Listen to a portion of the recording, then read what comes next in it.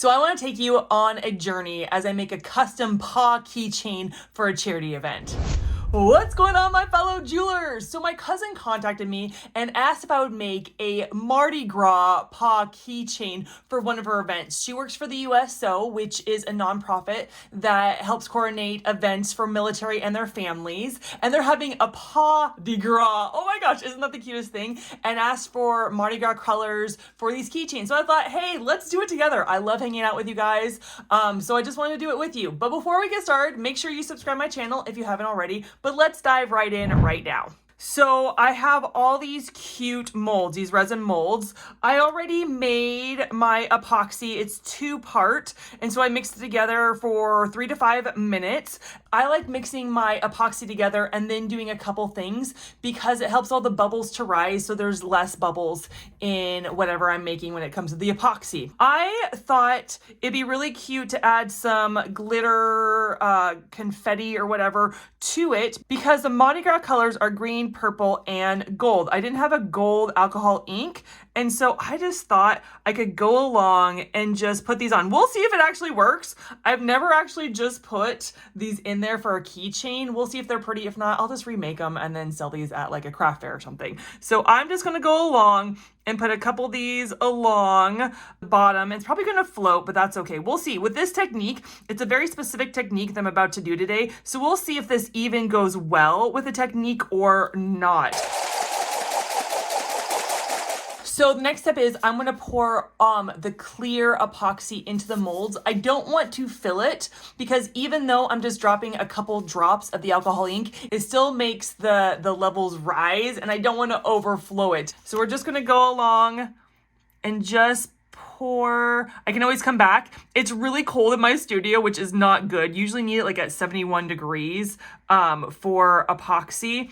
It is not anywhere near 71 degrees. So I'm just gonna pour a bit and then come back and see how full it got. It's really slow. It's like slow as molasses in January. I've always wanted to say that. That's a saying, right? It totally is. So I'm just gonna go along. I will fast forward for you. And then we'll go the next step, trying to eliminate the bubbles and maybe not filling these too much. Okay, that's all done. It is so cold in my studio. I don't know if this technique is gonna work as well as it does when it's supposed to be like the 71 degrees, but we will see. So we're going to take a couple drops of the alcohol ink and the color, right? The purple and the green. And then we're going to put white drops over the top of those. And it's supposed to pull it down and make this beautiful design. It's so simple and easy, but it comes out really fabulous. So I'm really excited, but I've never done it in this cold of weather. So we will see. First, let's get rid of some of these bubbles with some fire. Let's get rid of these bubbles because the bubbles are not good. It will make it look so bad. Okay, so let's start dropping the alcohol ink in there. I don't want to do too much or it just looks like one big blob. So I'll probably put like 3 of the green, 2 of the purple, 3 of the purple, 2 of the green, and we'll go from there. So now that we put the color on, we're gonna do the white. The white, again, is heavy and it pulls the color down and it makes it look really pretty. Okay, I like doing a lot of white because I feel like it pulls it down better. Ooh, this is gonna be so pretty. I love it. I love this technique. I feel like it's like the tie-dye of resin. It's so pretty.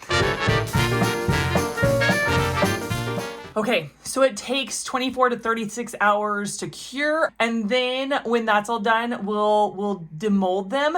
And then we're gonna sandpaper and do a lot of things. It takes a couple days to do these to make them really pretty and really nice. So I'm excited. So I'm gonna see you in 24 hours for you'll be 2 seconds, but I'll see you in the next clip. Okay, so look at these. Oh my goodness. I love how the rest of these turned out and I'm excited to demold them with you. So I'm gonna do a couple and then I'm gonna go and fast forward so that we can get to the next step. Okay, oh my goodness. Oh, it's so cute. It's so interesting how every single one is so different. And some of them, I put the drop in the exact same place. I put as many green as I did purple in some of them, and they still turn out different. And I actually do like the really chunky glitter. Okay, so the next, you need a sand. You need a sand around it. In order for it to be more professional, more user-friendly, you need to sand it because there are rough edges. The resin likes to creep up the sides of the mold and make kind of a sharp edge. So you can sand one of two ways. The first one is just doing it by hand with your sandpaper. I use a 150, I don't even know what that means, a grit, 150 grit. I did buy a whole bunch of them off of Amazon with different grits and stuff. So this is really great. But when I have a ton of them, when I have a mass production, I use my Dremel. I probably said it wrong. That's okay. This, you need a little bit of skill because it's easy to slip. And if you slip and it goes onto the pretty part of your resin piece, then you will scratch it and ruin it. And it is one of the most awful feelings when you've worked so hard and waited 24 hours just to have you ruin it with this. But I've learned to do it. I really like it. I just take my time and I use it. So let me show you the one of two ways. So with this, I kind of take my finger and I bend it around my finger, right, like this.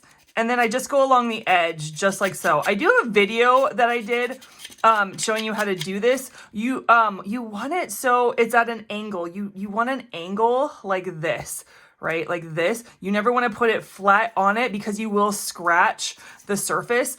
And so I just do an angle going around the whole thing until I feel it's smoother than it was before. So that's one way of doing it. The other way is with the Dremel. But I forgot to mention, when you sand, you need a respirator because the dust coming off of it is so bad for your lungs. I never ever sand without a respirator. And so make sure that you're keeping yourself safe because even resin cured is not good for you, right? Especially when it gets dust into your lungs.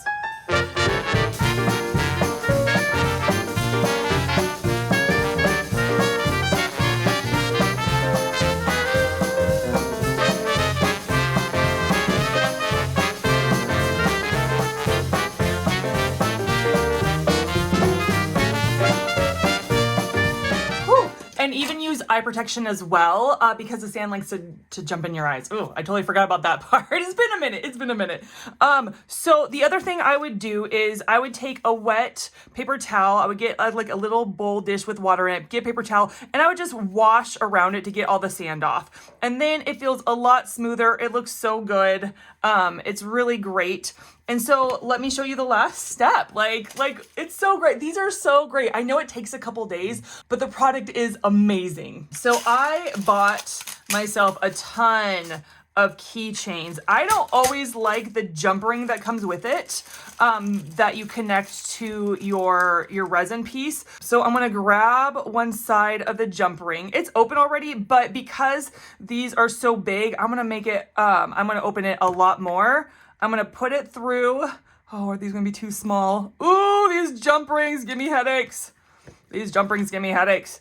Okay, and I'm going, oh, they're just, oh my goodness. These jump rings are just barely work. Look at that, it barely works. I don't like the jump rings that keychains send with you. They don't usually work, but this case, this is really good. So, oh my goodness. It is a little tight. I can't find the right jump ring for the job.